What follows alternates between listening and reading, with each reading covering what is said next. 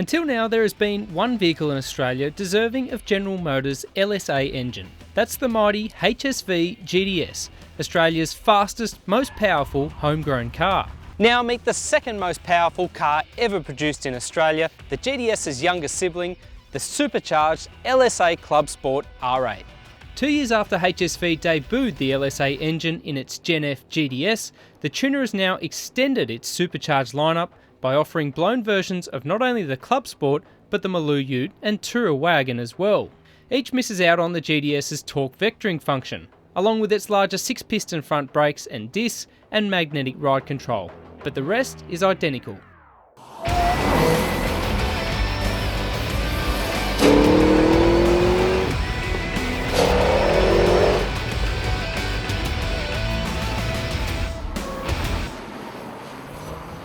What you do get is the same 6.2 litre supercharged LSA engine with outputs detuned to 400 kilowatts and 671 Newton meters. And thankfully, you still get that same V8 rumble.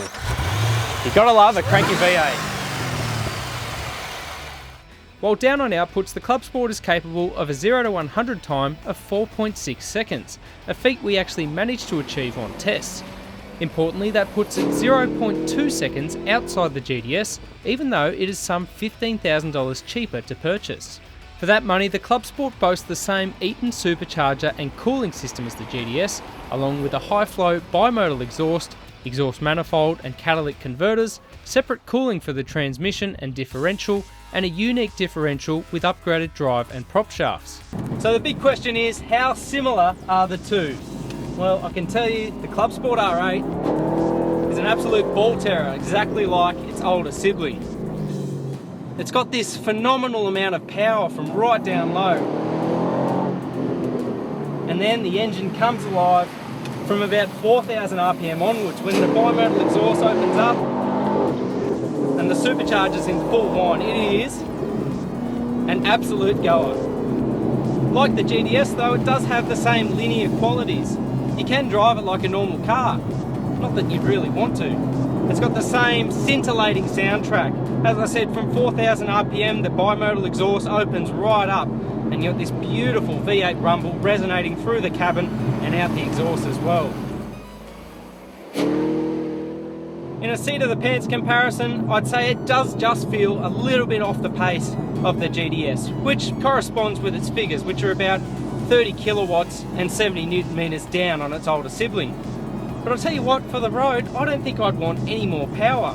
In terms of the rest of the equipment, well sure, it misses out on the bigger brakes, the magnetic ride control, and also the torque vectoring technology. But even so, I don't think you'd really spot the difference out on the road. It's only on a racetrack where you can push these sort of cars to their limits that you're going to find that sort of technology handy.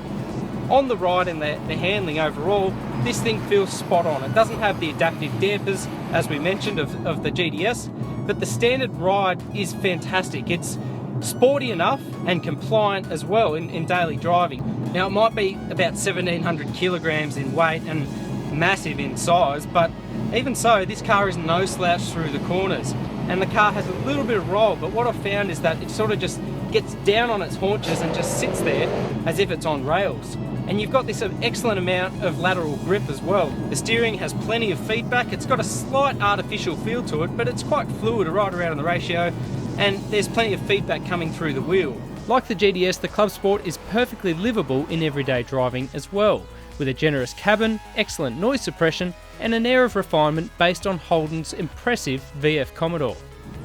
The Clubsport does feel like the complete road package. I mean, sure, it doesn't have the same badge and cache as the GTS, but it is a special model in its own right, made even better now by the addition of the LSA engine. If it were me, I wouldn't worry about the badge. I'd be happy to live with this car every day. The fact that it misses out on some of those racetrack mods aren't all that relevant to me because I'm not really going to be taking it to a racetrack. It's just a shame that this is the end of the era.